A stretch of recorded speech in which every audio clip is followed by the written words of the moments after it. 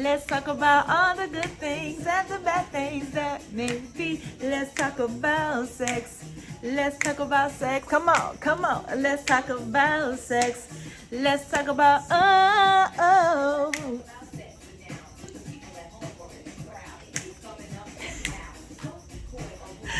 Hello, loves. Happy Womb Wellness Wednesday. It is your girl, Javon A. Frazier, owner of the Hidden Jewel Wellness Boutique and lead STEAM facilitator.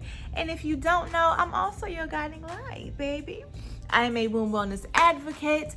I am a mom. I am a woman. I am just amazing. And so are you.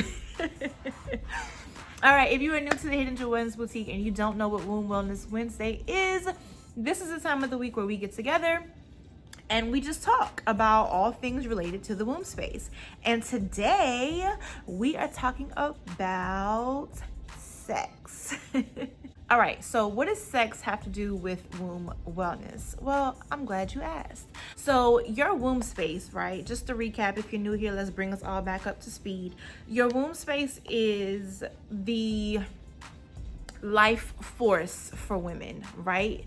Your womb space, and when I talk about the womb space here at the Hidden Jewel Wellness Boutique, we're not just talking about like the physical womb in your body, right? Because I know that, like, you know, women have different relations with, to their womb. Some women don't have a functioning womb. So it's not just like if you have a physical functioning womb, but we're also talking about the energetic womb space, which every woman has, right? So your womb space is connected to your sacral chakra. It's where you house your energy. It's where you, or should I say your sexual energy, it's where your creativity is. It's where like anything that you have done or gone through as it pertains to like relationships, being able to birth children, being able to create, like all of that is in your womb space. Like in my opinion, I think it's safe to say that the womb is like, or should I say the sacral chakra, the womb space, is probably like the most important chakra when it comes to women. Yeah, I'm gonna say that, and I'm gonna stick with that. I'm gonna stick by it. That's my statement, and I'm gonna stick by it. All right, so when we're talking about sex and sexuality and sexual energy, why it's important with us as women is because like sexual energy is your creative energy. It's your life force. How you show up sexually, how you feel sexually, how you identify sexually is what makes up you. So let's just take a minute. Let's just bring it back in. Because I know like you probably like, girl, what you about to tell me? Nope, you want to check out. Don't check out yet. If you're still rocking with me, I got you. So let me ask you a question. When I say sex, what do you think about? Comment below. Right now. Like, right now. Now, when I say sexuality, what comes to mind? How do you feel in your body? Interesting enough, sex is one of those topics, sexuality is one of those topics that's really taboo. You know, perhaps you feel, you know, a connection to like being able to express yourself freely and sexually and open and, you know, being flirtatious and like, yeah. Or maybe when I say, you know, sex or sexuality, you become like very timid and you become like, oh no, we cannot discuss sex. Like clutching your invisible pearls. Or maybe you don't feel anything at all. Maybe when I say sex, you're like, okay. Crickets. Sex is one of those topics that can mean so much for so many different people, right? It can really like embody, or should I say encompass, you know, how you feel about yourself sexually, or, you know, not. And based on, you know, your experience with sex, your experience with like your own sexuality, that will determine what you feel within yourself when you think about this topic, right? And so why is this important? In my opinion, being able to express yourself sexually and, you know, be a sexual being is a form of self-love. I'm gonna tell you a story. Years ago, I had this guy, because we're not gonna call him a friend. I had this guy, and he said to me that I ooze sex. And it's funny now, but at the time that he said it, I was like very offended, because he said it in a way that was like it was something bad, like you just ooze sex. And I'm a very sensual person. I'm a very sexual person. I'm very in tune with who I am sexually. And I didn't think it was a bad thing, but when he said it, it made me feel like I should have been ashamed of, you know, my ability to express myself sexually. So I did a little soul searching. I did a little, you know, reflection. And I realized that that comment, I don't know how he meant it, but the fact that I ooze sex, the fact that I am, you know, in tune with my sexuality is not necessarily a bad thing. It actually is a superpower, because there are so many women, myself included, like there was a time when I was like overly sexual and was just giving it to whoever, whenever, however, but it was because I was sexually abused as a child.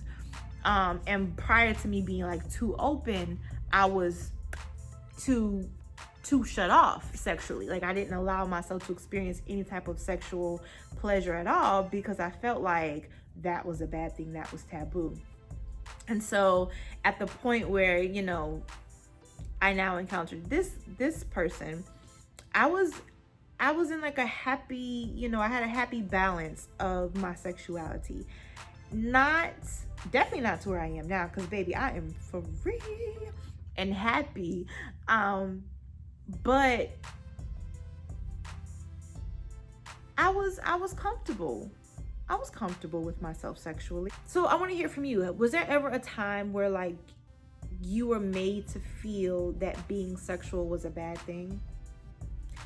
Like, what was your experience or your introduction to sexuality and what it means to be sexual? The other day I read online in this group that I'm in, where someone posted this meme about, you know, people who have a lot of sexual energy typically have a lot of healing energy. And it was talking about how, you know, pretty much the question was like, you know, do you agree, do you disagree?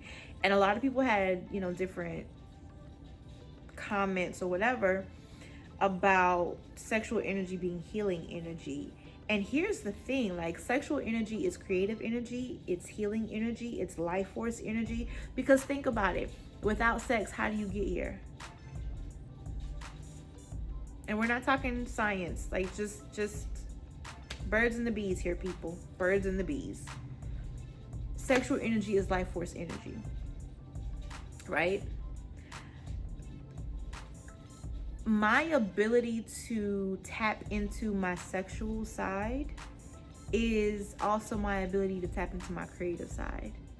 It has been shown that when you are at your sexual peak, when you are reaching the point of orgasm, that is the highest point of you being next to God. That is when you are the most open. That is when you are like channeling everything. And so for me, I even like starting my mornings with a little meditation and masturbation, especially like if I know I got some things that I have to do, you know what I'm saying? We just gonna wick it real quick and and get it going. Have you ever heard someone say like,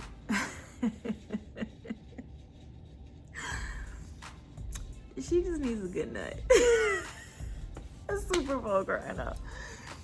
But there is a connection between sexual energy, sexuality, sexual pleasure, and your mood, your emotions, your feelings. Like,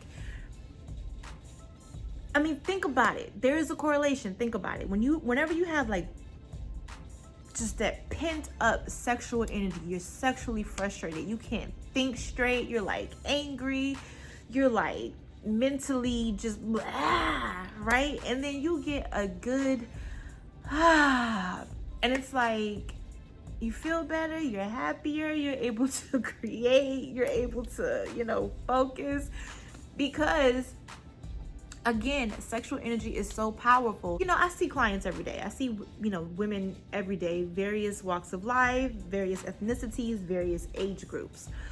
And so I've gotten a good picture of women, right? I believe women are just beautiful, complex simplicity. Like, that's how I describe women: complex simplicity. We are so multifaceted, multidimensional, just out of this world, yet so simple, so beautiful, so innocent, so pure. Like, women are just like, I love women, obviously. But I see some of my clients, and not even just my clients, like women that I've encountered, and they're like, unhappy. And so then we start having conversations and we start digging a little bit deeper.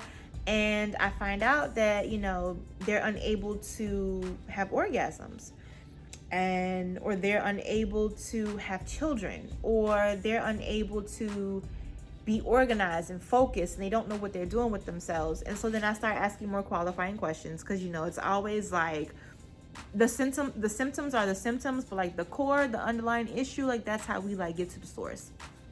And so I ask qualifying questions like, do you enjoy the person that you're having sex with? How often are you having sex? Like, are you in it? Are you comfortable in your body? How do you feel about yourself? Do you believe that you are capable and deserving of experiencing sexual pleasure? Because that's a whole different thing.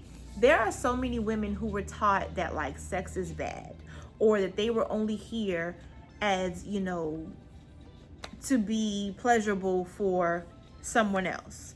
And because for many years, being that I was a victim of sexual abuse, I felt like that. I felt like my body was only here to please other people. And so I was disengaged from sex. I did not, I wasn't present at all. I was just like, and then, when I became like rebellious and was like, it's my body, it is what it is. And then I was just free, willy-nilly giving it to everybody. And I could care less about the next person, because it was all about me and mine. Whether it was me and mine proving a point, or me and mine getting me. Either way, it was me and mine. But then as I began to heal, then I realized that like sex is so beautiful, especially when you are free in yourself, when you are into it and you feel like you deserve to be pleasured. You feel like, you deserve to give pleasure. When you feel comfortable with the person, and it is a beautiful exchange. It is a sacred, energetic exchange. Y'all, there is no going back. So the next thing that I want you to explore is when you think about like your sexual experiences, like the last time you had a sexual encounter, think about like, how did that play out? Did you enjoy it? Did you enjoy the person? Did you feel comfortable? Did you feel attractive? Did you feel like the lights had to be off and don't look at me a certain kind of way? And ooh, no, wait, my body. Ooh, no, this curve. Ooh, no, this bulge. Or was it like, here I am. Love me, feel me, see me, please me, and be pleased in return? Ooh, girl, this topic is a little spicy. All right, this might be a little bit too much for this public internet domain.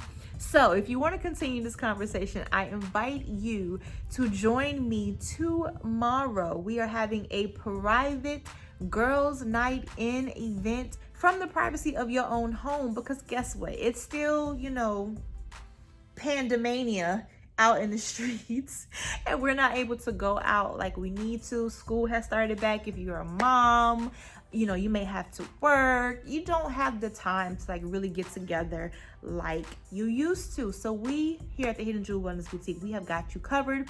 We are having a virtual pajama party every third Thursday evening at 7 p.m. It's a virtual event.